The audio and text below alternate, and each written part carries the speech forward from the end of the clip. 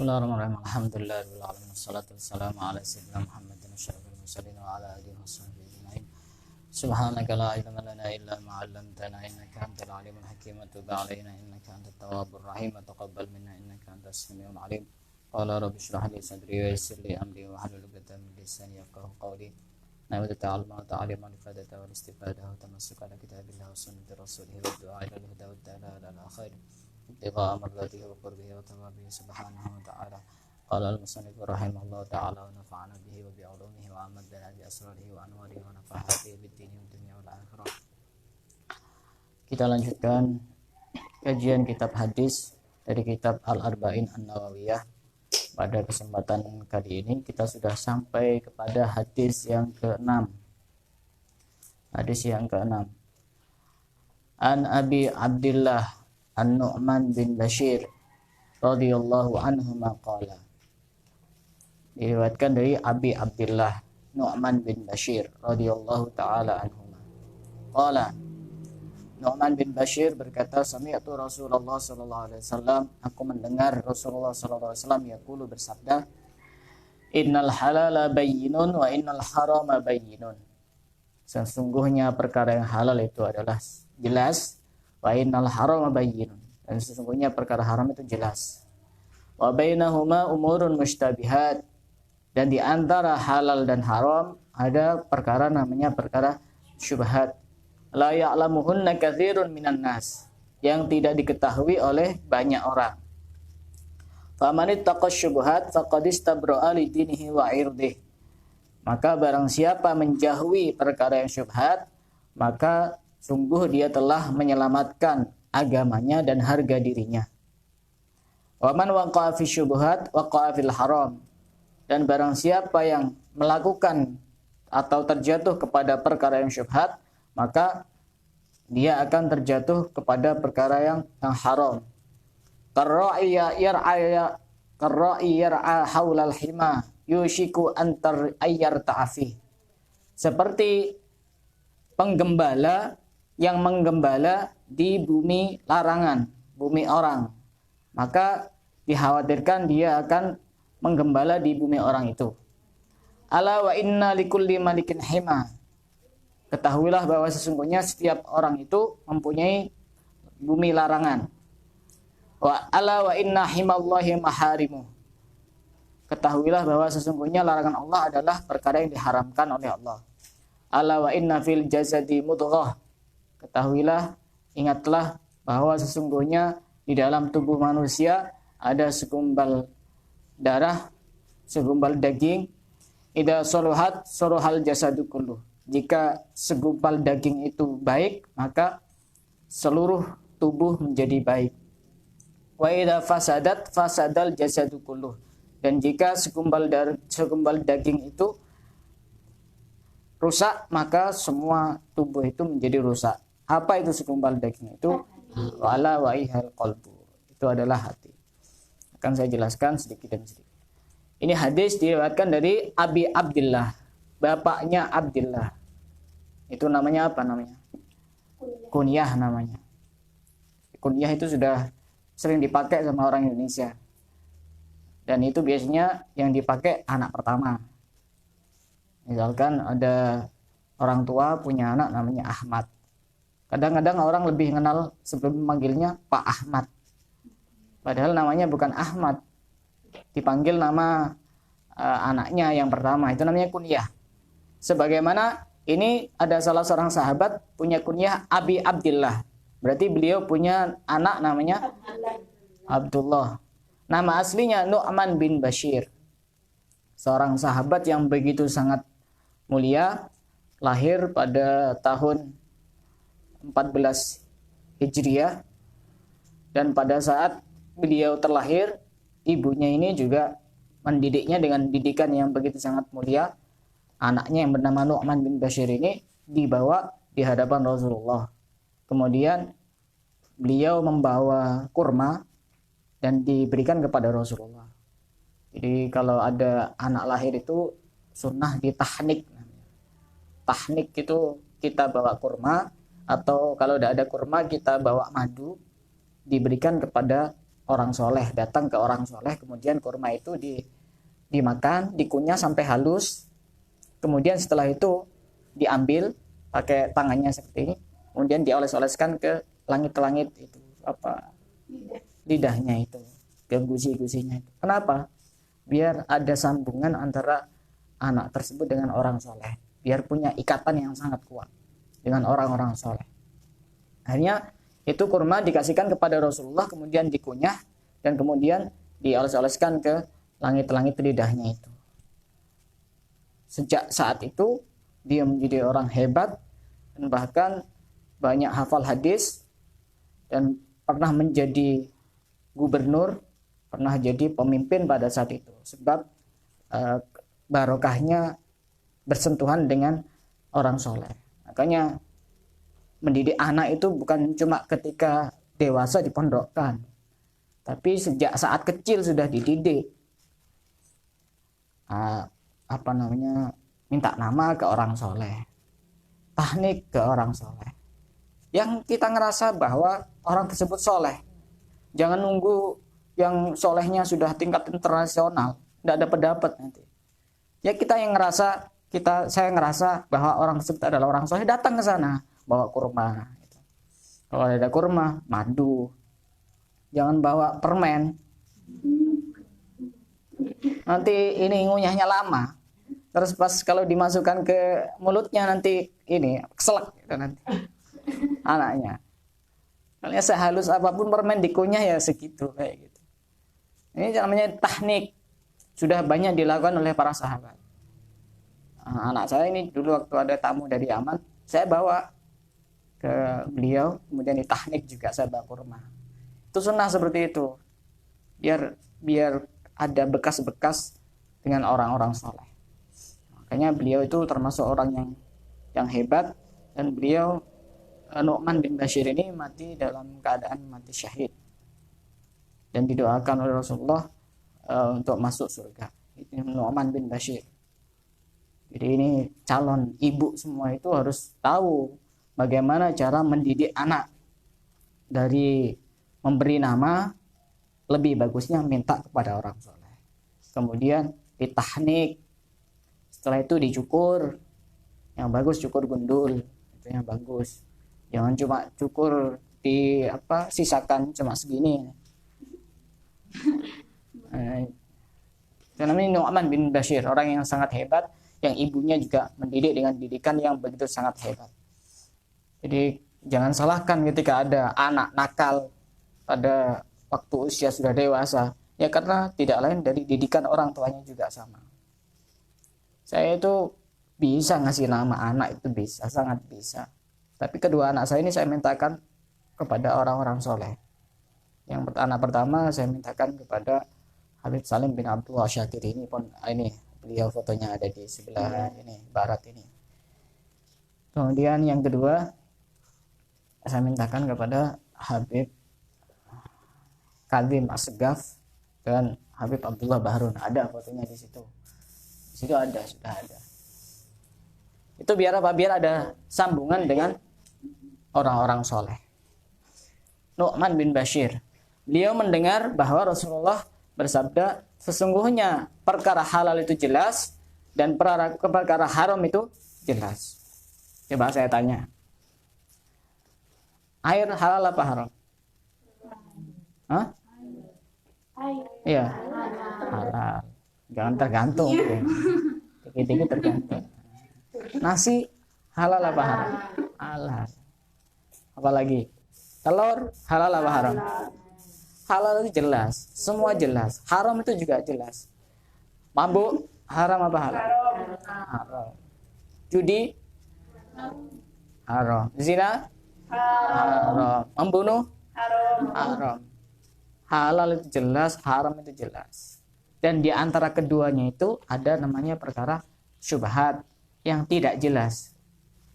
Contoh misalnya, kita sudah sebaiknya menghindari dari perkara yang syubhat. Misalnya contoh, ada orang kaya, dia punya sawah, tapi dia juga punya kebiasaan buruk, dia suka maling misalkan, suka nyuri atau suka maling atau suka korupsi. Kemudian kita dikasih uang sama orang itu. Ini remang-remang. Ini uangnya ini diambilkan dari sawahnya, apa diambilkan dari hasil malingnya? Ini syubhat. Remang-remang. Tidak jelas, samar-samar. Makanya pada saat seperti itu lebih baik kita tidak menerima. Karena syubhat. Kita tidak tahu dari mana asalnya. Asal usulnya tidak tahu.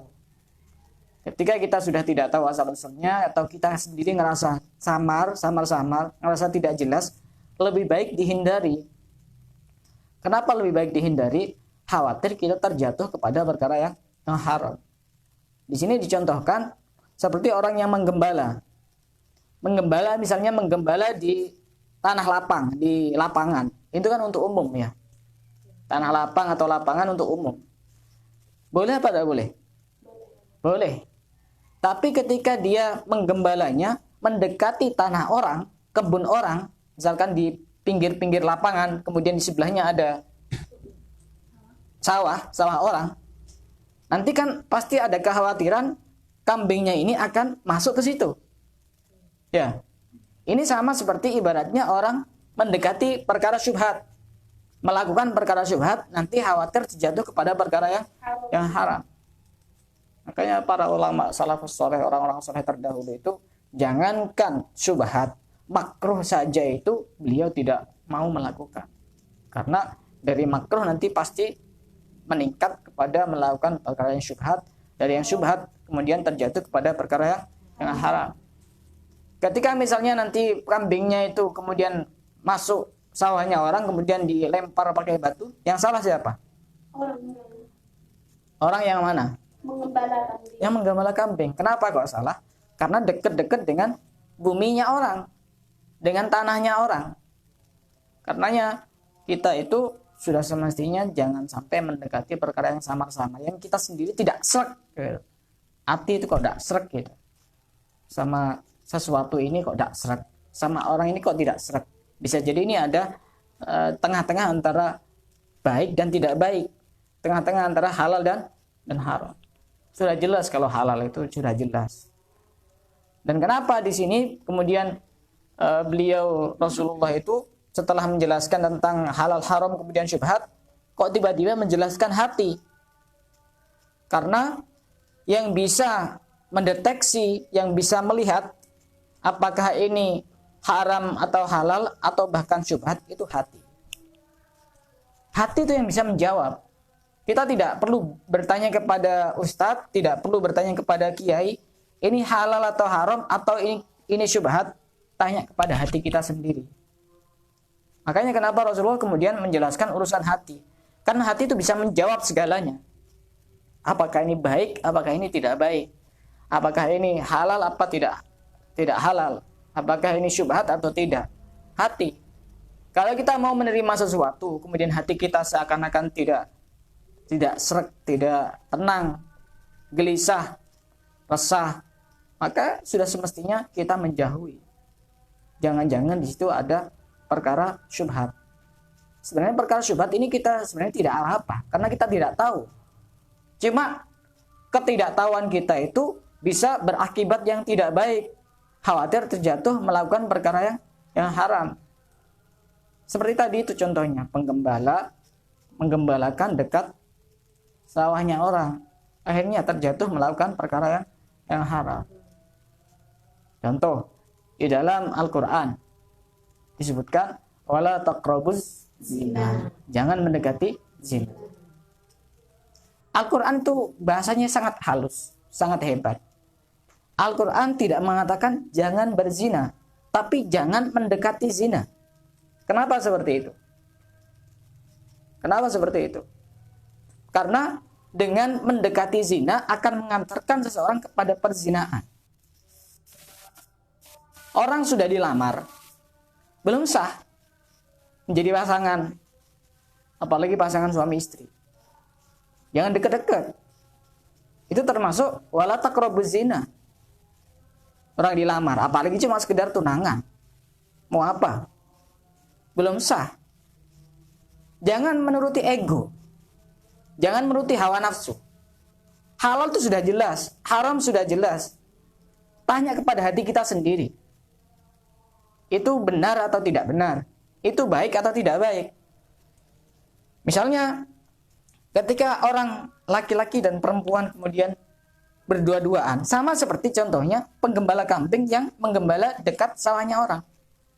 Ya, awalnya tidak makan rumputnya orang, tidak melakukan larangan, tapi kemudian karena dekat dengan sesuatu yang haram, maka akhirnya melakukan keharaman. Tanya kepada hati kita sendiri. Ingat, tunangan bukan pasangan. Tunangan bukan pasangan. Jadi ketika ada orang, misalkan orang tua mengizinkan anaknya untuk berduaan dengan tunangannya, atau walaupun sudah dilamar sekalipun, masih belum boleh. Yang dosa siapa? Yang dosa anaknya sendiri yang pertama, yang kedua orang tuanya. Ketika memperbolehkan, jangan dianggap biasa, tanya kepada hati kita sendiri. Jangan menuruti ego. Nanti kalau sudah waktunya akan indah. Jangan keburu-buru. Sesuatu yang terburu-buru tidak baik. Jangan terburu-buru. Gampang nanti kalau sudah waktunya indah. Makanya saya itu lebih setuju ketika orang itu sudah sama-sama suka, sama-sama cinta, datang ke KUA, nikah. Gratis nikah di KUA itu. Urusan nanti acara kan urusan belakangan. Yang penting sudah mau apa saja sah. Jangan kemudian sama tunangannya, apalagi bukan tunangan, pacaran, lain lagi itu sudah. Tunangan saja itu tidak boleh, apalagi belum tunangan. Tambah tidak bolehnya mughaladah itu namanya. Lebih berat lagi itu. Tidak boleh, tidak boleh. Sudah berapa banyak kejadian seperti itu. Tidak boleh. Saya itu merasa teriris hatinya ketika melihat ada orang yang masih ada hubungan dengan saya, murid saya, santri saya, kemudian berduaan dengan tunangannya. Saya itu merasa teriris hati saya. Hati saya menangis. Beneran. Dari dalam hati saya sendiri. Santri saya, murid saya, baik yang netep di sini maupun yang dari luar, itu saya mikirnya sudah panjang. Guru itu tidak sama seperti orang tua cara mikirnya itu. Guru lebih memikirkan urusan akhiratnya, bagaimana masa depannya. Bukan cuma masa depan di dunia, tapi masa depan di akhirat. Karena juga guru punya tanggung jawab. Yang penting guru sudah mengingatkan. Kalau sudah diingatkan dan yang diingatkan tidak mendengar ini nasihat dari gurunya, ya sudah lepas. Yang penting guru itu perhatiannya lebih besar daripada orang tua. Hanya saja kadang murid itu tidak tahu seberapa besar perhatian guru kepada muridnya. Karenanya jangan mendekati perkara yang haram. Al-Quran tidak mengatakan jangan berzina, tapi jangan mendekati zina. Termasuk mendekati zina berdua-duaan. Itu mendekati zina. Walaupun tidak berzina pun Al-Quran mengatakan wala taqrabuz zina, jangan mendekati zina. Karena akan terjerumus kepada perzinahan. Ingat, di dalam Islam tidak ada hubungan yang sah kecuali hubungan suami istri dengan menikah. Kalau cuma sekedar tunangan tidak sah.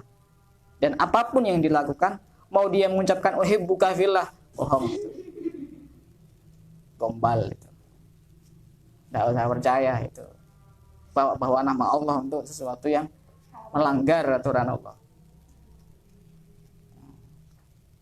Baru-baru juga bisa bahasa Arab cuma itu aja. Yang lain juga tidak tahu. Ya, hati-hati. Hati-hati jangan mendekati sawahnya orang. Jangan mendekati larangan. Karena kalau sudah mendekati nanti terjatuh kepada perkara yang seperti itu. Kita harus bisa membedakan, kita punya ilmu, yang di sana tidak punya ilmu. Jangan sama antara yang punya ilmu dengan yang tidak punya ilmu. Apa manfaatnya orang cari ilmu? Orang cari ilmu itu intinya diamalkan. Ibarat orang itu mau pergi ke hutan, dia punya pedang. Giliran ada harimau, pedangnya dibiarkan, tidak digunakan, tidak diamalkan. mati. Orang punya ilmu juga kayak gitu. Jangan terlalu banyak ini ngaji, jangan terlalu banyak belajar. Tapi tujuannya untuk dibiarkan begitu saja, tidak diamalkan. Ya percuma. Apakah kita bisa mengamalkan semuanya? Ya semampu kita.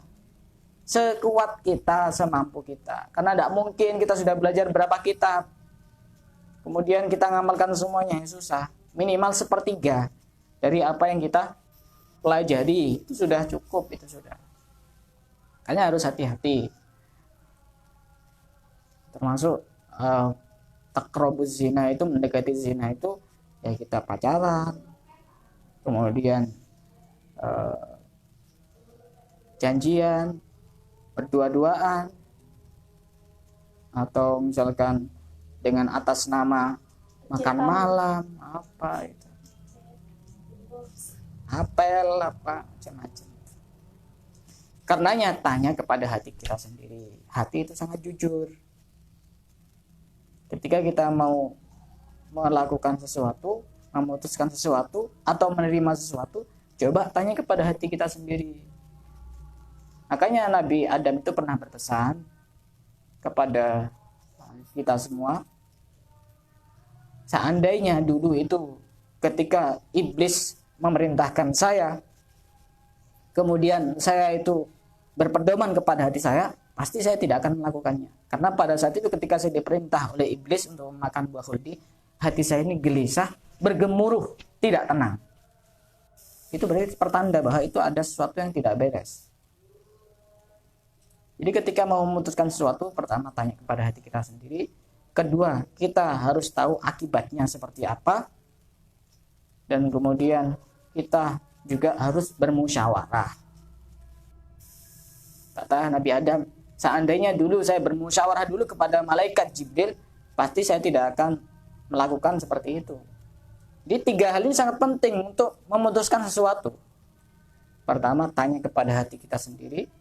Rasakan hati kita itu bergemuruh, bergejolak, apa,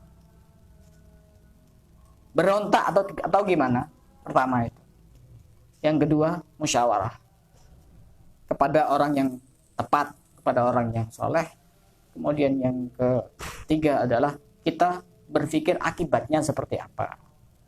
Insya Allah ketika kita mempunyai pertimbangan seperti itu, apapun yang kita putuskan tidak menjadi keputusan yang tidak tepat, tapi keputusan yang baik. Lalu bagaimana agar hati kita itu benar-benar menjadi hati yang sangat peka untuk mendeteksi segala macam hal di dalam kehidupan ini? Karena hati itu kalau sudah bersih, hati itu kalau sudah subur itu seperti bumi. Bumi itu kalau subur ditanami apa saja itu bagus, gampang tumbuhnya. Hati juga seperti itu. Hati kalau sudah bersih, mau dikasih nasihat si A, si B, si C, maupun yang lain, keterima semua. Tapi kalau hati itu sudah tidak subur, malah paling itu cuma modus, kasih nasihat saya, sok itu, sok suci, sok ini, padahal dirinya sendiri banyak dosanya. Itu kenapa? Karena hatinya tidak bersih. Orang itu kalau hatinya bersih, mau nasihat dari siapa saja, semuanya keterima, tertanam rapi di dalam hatinya. Lalu bagaimana agar hati kita itu bersih, hati kita itu normal, lebih peka untuk mendeteksi segala hal di dalam kehidupan? Yang pertama adalah kita harus banyak berzikir kepada Allah. Ala bizikrillahi tatmainnul qulub. Kalau hati kita itu susah untuk kita cari jawaban di dalamnya, bisa jadi kita zikirnya kurang. Zikir yang banyak. Ala bizikrillahi tatmainnul qulub. Kalau sudah banyak berzikir ternyata hati kita tidak peka, bisa jadi tujuan zikir kita yang salah. Zikirnya karena biar dikatakan orang, oh itu orang yang rajin berzikir, oh itu orang yang soleh, orang yang istiqomah, orang yang Masya Allah itu ilmunya banyak, orang yang rajin, orang yang baik. Apa tidak sekalian itu malaikat gitu. Sekalian aja. Dia tidak pernah salah sama sekali. Banyak berzikir kepada Allah. Yang kedua, menambah ilmu. Ilmu itu sangat punya peran yang sangat penting untuk menyetir kehidupan kita. Orang tidak punya ilmu juga tidak bisa memutuskan sesuatu yang baik. Semua disetir oleh ilmu. Kalau kita sudah tahu ilmunya, minimal kita ada kendali untuk tidak melakukan hal yang diharamkan oleh Allah. Walaupun kadang-kadang juga melakukan, minimal hati kecil kita tahu bahwa itu adalah perkara yang haram. Sehingga kita tidak akan memerintahkan orang lain untuk melakukan hal yang sama. Coba misalnya saya tanya. Ada orang pekerjaannya, kebiasaannya berjudi dan minum minuman keras. Kemudian orang itu punya anak perempuan. Dilamar sama seorang laki-laki. Ditanya, kamu pekerjaannya apa? Pekerjaan saya berjudi dan kebiasaan saya, hobi saya minum minuman keras. Kira-kira diterima atau tidak? Tidak. Hati kecil itu tidak bisa dibohongi. Walaupun orang tuanya punya pekerjaan yang sama, saya yakin 100% bahwa orang itu tidak akan diterima. Hati kecil itu pasti bicara. Pasti bicara bahwa yang dilakukan itu adalah sebuah kesalahan. Itu kita harus introspeksi kepada diri kita sendiri. Jadi kalau misalkan ada orang diputuskan sama pacarnya, jangan bilang kemudian temennya, sabar ya, ini adalah ujian. Bukan ujian itu. Masa kayak gitu ujian. Jangan bilang sabar. Berarti kan sabar kan nanti ada penggantinya seperti itu. Ganti pacar yang lain. Jangan bilang sabar. Kamu tuh mestinya harus banyak bersyukur karena dihindarkan dari melakukan dosa. Sabar. Yang nulis status kayak gitu kadang-kadang alumni pondok. Sabar. Sabar itu tidak ada hubungannya dengan maksiat. Tidak ada hubungannya dengan dosa. Sabar. Tinggal mantan. Sabar ya, Mbak ya. Sabar. Ini adalah ujian. Ujian gundulmu. Bukan ujian itu. Kayak gini coba masukkan ke dalam hatinya. Jangan cuma didengarkan masuk telinga kanan, keluar telinga kiri. Masuk ke sini. Biar tidak hilang. Ilmu intinya ada di sini. Bukan di otak. Makanya penting itu cari ilmu bukan cuma sekedar baca sendiri, belajar otodidak. Yang paling penting itu kita belajar mencari ilmu kepada orang yang dia punya sanad, punya guru, yang gurunya punya guru, yang gurunya punya guru, yang gurunya punya guru sampai berguru kepada Rasulullah SAW. Jadi bisa jadi orang itu belajar dengan kitab yang sama, dengan pelajaran yang sama, tapi satunya belajar sendiri, satunya belajar di hadapan orang yang soleh. Beda. Hasilnya beda. Karena wajahnya orang soleh itu bersambung pernah mandang wajahnya orang yang soleh yang lain. Pernah ada satu cerita. Pada saat itu ada musim kemarau yang sangat panjang. Kemudian lama tidak turun hujan. Sudah istighosah, sudah banyak istighfar, sudah banyak melakukan ini dan itu. Tetap tidak turun hujan. Kemudian ada seorang pemuda datang. Tiba-tiba hujan sangat deras. Berdoa kepada Allah, ya Allah turunkanlah hujan. Belum sampai selesai berdoa, tiba-tiba hujan turun sangat deras. Hanya orang-orang heran. Orang ini kehebatannya apa kok bisa sehebat itu menurunkan hujan dengan begitu sangat cepat. Akhirnya beliau menjawab, saya bertawasul dengan wajah saya yang pernah melihat wajahnya orang soleh. Ada namanya Imam Hasan Al-Basri. Saya bertawasul kepada wajah saya yang wajah saya pernah melihat kepada wajah orang soleh. Sehingga Allah menurunkan hujan. Beda. Belajar lewat Google, lewat YouTube, sama belajar di hadapan orang soleh. Tidak sama. Mungkin ilmunya sama, dapatnya sama. Tapi pengaruhnya di dalam hati tidak sama. Tidak kira sama. Tidak kira sama. Itu pentingnya belajar secara langsung seperti ini. Di Google kan tidak ada Google ngelihat gurunya. Siapa gurunya Google? Hah?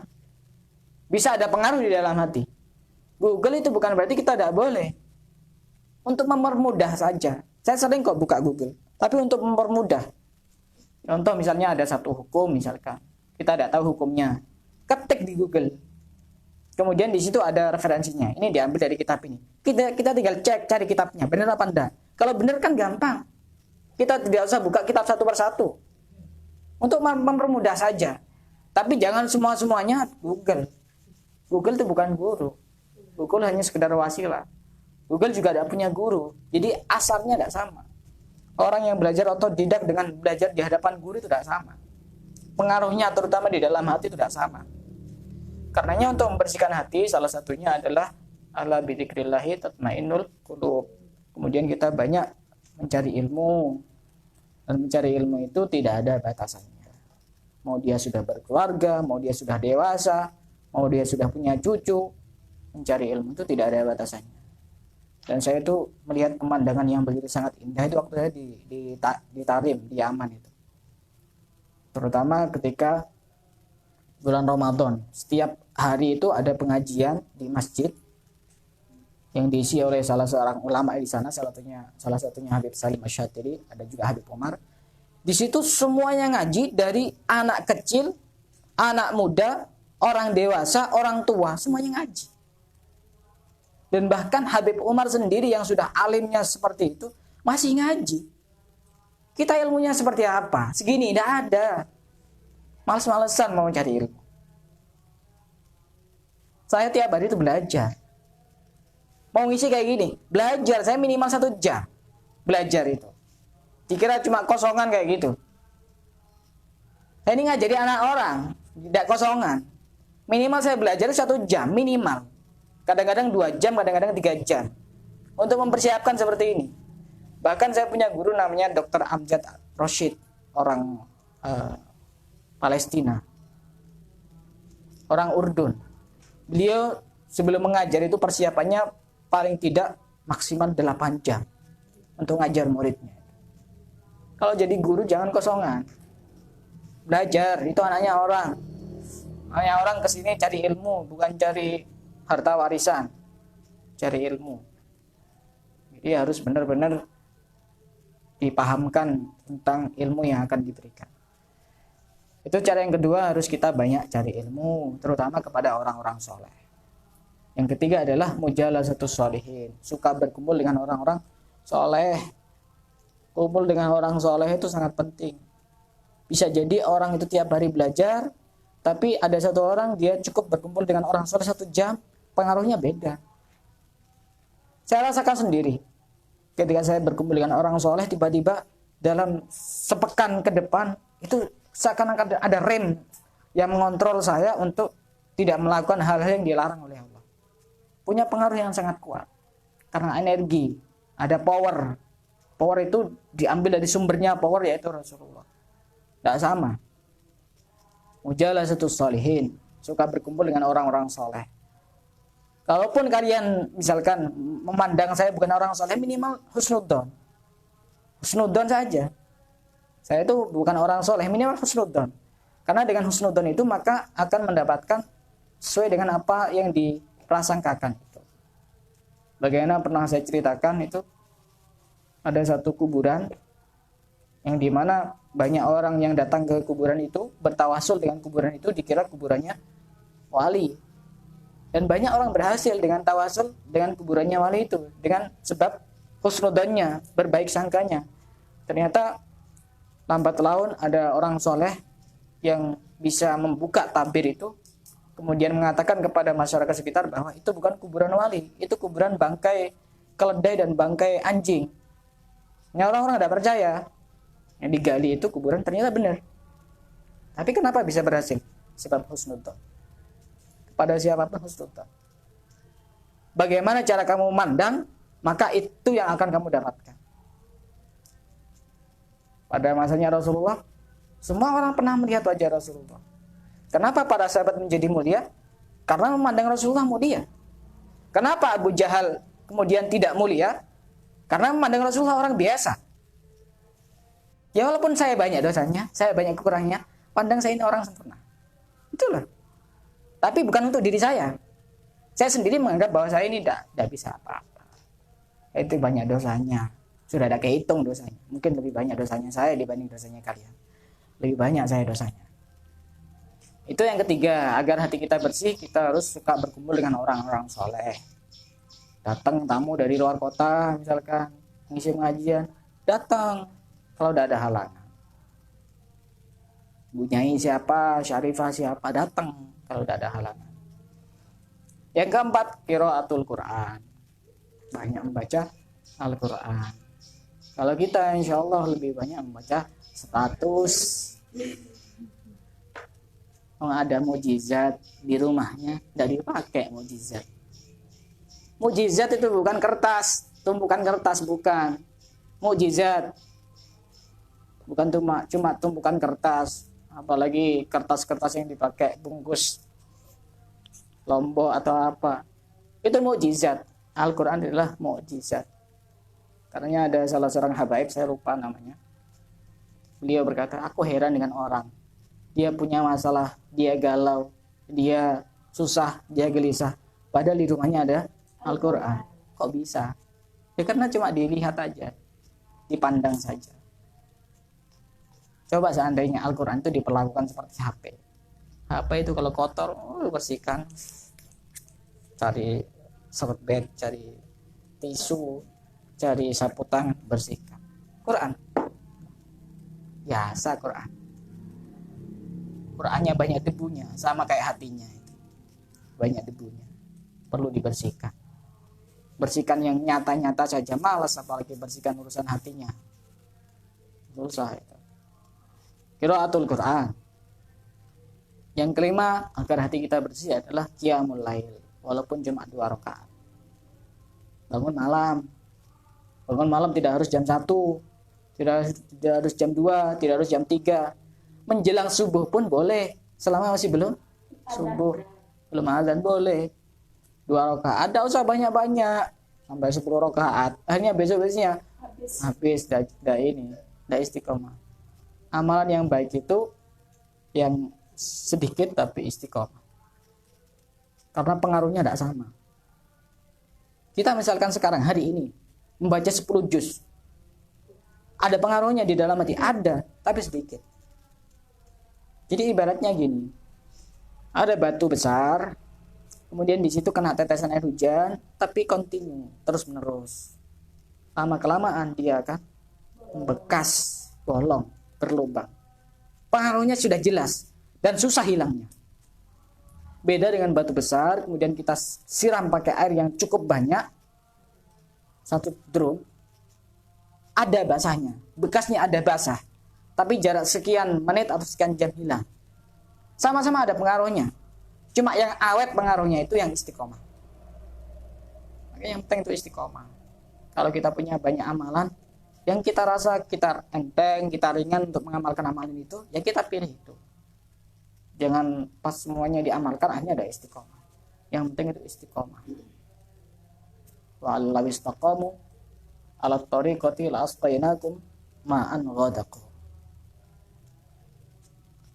Orang kalau istiqomah, tatanazzalu alaihimul malaikatu alla takhafu wa la tahzanu wa absyiru bil jannati allati kuntum tu'adun. Orang itu udah gampang galau, udah gampang susah, udah gampang sedih. Orang itu kalau istiqomah.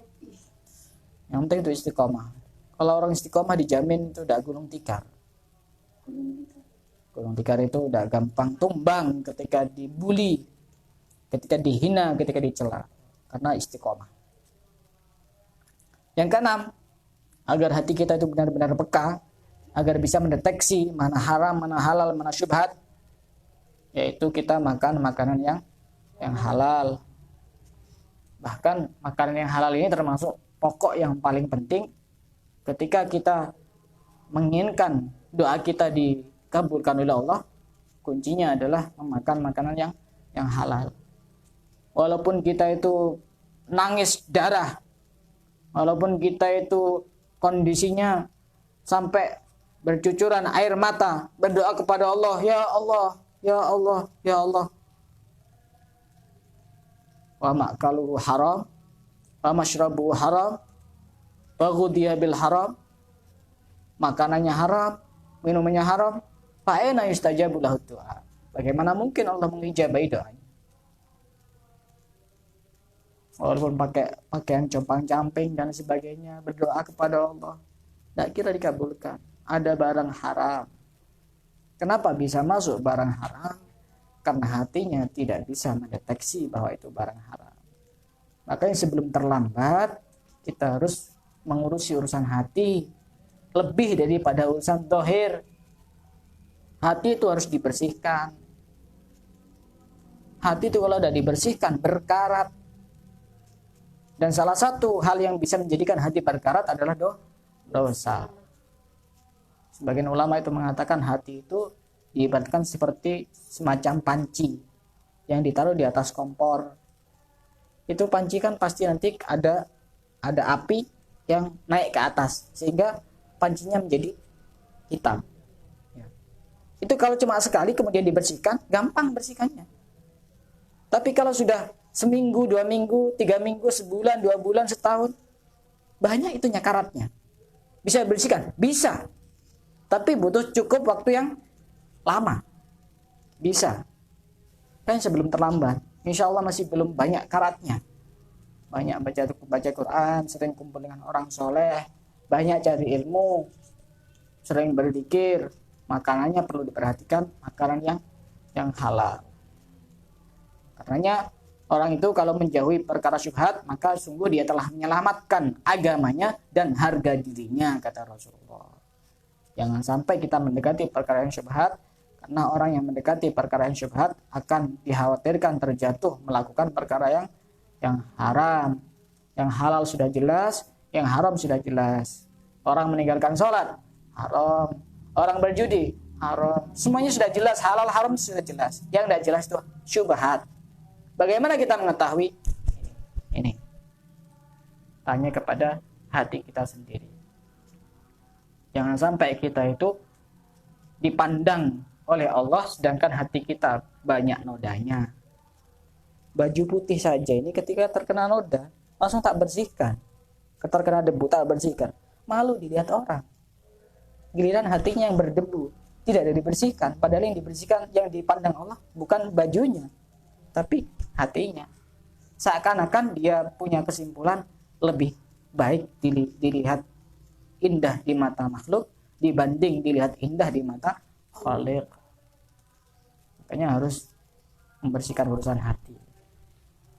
Cari ilmu itu tidak perlu banyak, yang penting ininya bersih. Di dalam Al-Quran pun urusan membersihkan hati lebih didahulukan dibanding urusan belajar. Wa yuzakkihim wa yu'allimuhumul kitaba wal hikmah. Wa yuzakkihim dulu, baru wa yu'allimuhumul kitab. Bersihkan hati dulu, belajar. Makanya di pondok-pondok itu kenapa setiap malam Jumat kadang ada sholawatan, ngajinya diliburkan, biar seimbang. Ini biar hatinya bersih. Cari ilmu nanti setelah itu. Ya. Dari sini ada yang mau bertanya, silakan.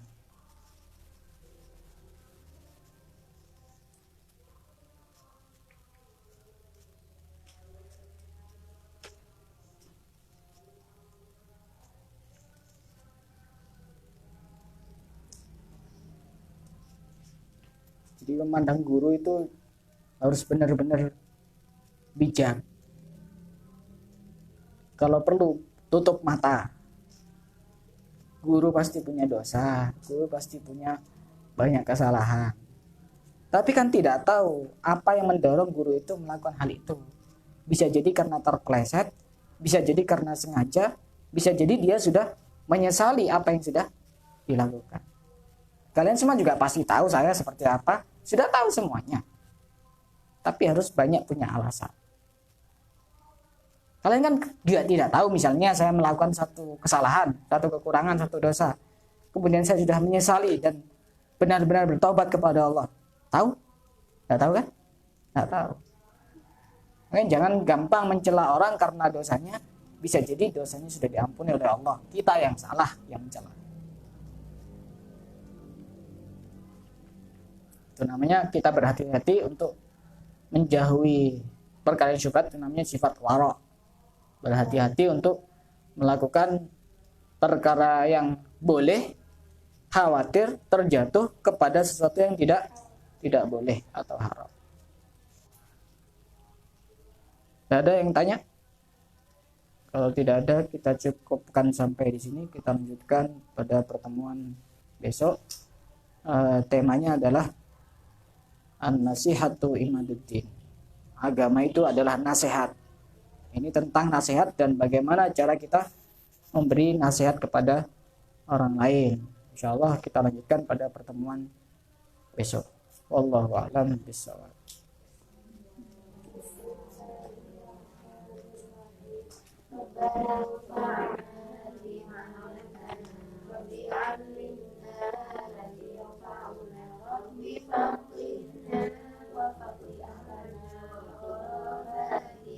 لنا في ديننا مع أهل الكرب والسلام